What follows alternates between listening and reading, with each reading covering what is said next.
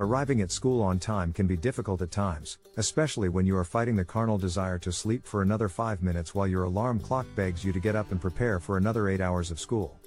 Assume that school begins at 5:30 a.m.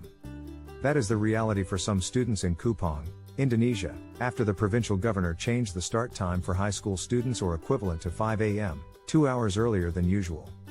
According to Tempo News magazine, the starting time was only changed to 5:30 a.m. after widespread criticism. According to authority, the objective is to improve discipline and work ethics. According to CNN Indonesia, the provincial governor, Victor Laiskodat, first proposed changing the start time of school on February 23. Victor wanted students to become accustomed to rising at 4 a.m. He estimated that it would take him half an hour to get ready and another half an hour to commute to school. According to that logic, he expected high school students to arrive at school by 5 a.m. One of Victor's considerations before implementing the new policy was that high school students typically go to bed at 10 p.m., leaving only 6 hours for sleep. The goal is to improve students' discipline and work ethic. Despite acknowledging that the new policy will be difficult for both students and teachers, Victor stated that sacrifices must be made before changes can be seen. Linus Lucy, the head of Education and Culture Office of East Nusa Tenggara, NTT, said on February 28 that 10 schools in Kupang had implemented the new policy and began classes at 5:30 a.m., according to DEDIC. Linus stated that the policy will be revised and evaluated on a regular basis. Difficult adjusting to the new schedule. According to one of the students affected by the new policy, she is having difficulty adjusting to her new schedule. Melania Setia stated that she can only wake up at 4 a.m. on the first day, admitting that she must sleep at 8 p.m. in order to wake up at that time. She was unable to wake up at 4 a.m. after that because she found it difficult to sleep before 10 p.m. She also mentioned that her new schedule has cut into her study time. Melania also mentioned that getting to school was difficult. Kupang's public transportation options include BIMO, mini-city buses, and Angkot, shared taxis similar to taxicabs or buses, which do not usually operate at that time. Even if I was able to board a BIMO, it does not directly pass by my school, so I have to walk about 200 meters after getting off its main route, Melania explained.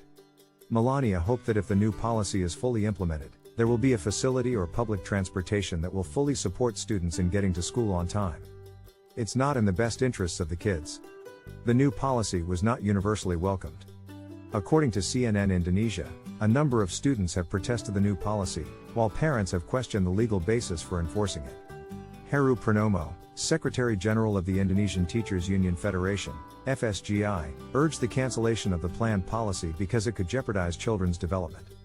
Heru stated in a written statement encouraged the NTT provincial government to reconsider this policy because it is extremely hazardous to children's development. It should be cancelled because it is not in the children's best interests. The scheme, announced last month by Governor Victor Laiskodat, is intended to improve children's discipline, according to authorities. However, parents report that their children are exhausted by the time they arrive home. Schools in Indonesia typically begin between 7 and 8 a.m. Long-term impact. It has nothing to do with efforts to improve educational quality, said Marcel Robot, an education expert at Nusa Sendana University.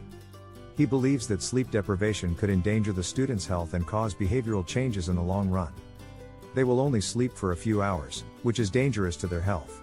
This will also cause them stress, which they will release by acting out. According to the Indonesian news outlet Kompas, the Indonesian Ombudsman has requested that the central government intervene in the trial, which has been ongoing since February. According to Kompas, the Women's Empowerment and Child Protection Ministry and the Indonesian Child Protection Commission have both called for a review of the policy. According to a 2014 study published by the American Academy of Pediatrics, middle and high school students should start classes at 8:30 a.m. or later to allow enough time for sleep.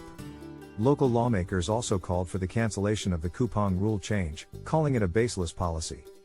But the local government has maintained their experiment, despite the criticism, and even extended it to the local education agency, where civil servants also now start their day at 5:30 a.m. Rinci Cecilia Pelakilla, a civil servant at the agency, said that starting earlier made her healthier because she now has to join group exercise sessions in her office that she once slept through. As a civil servant, I am ready to comply with the regulation and I'm going to do my best, Pelakilla said.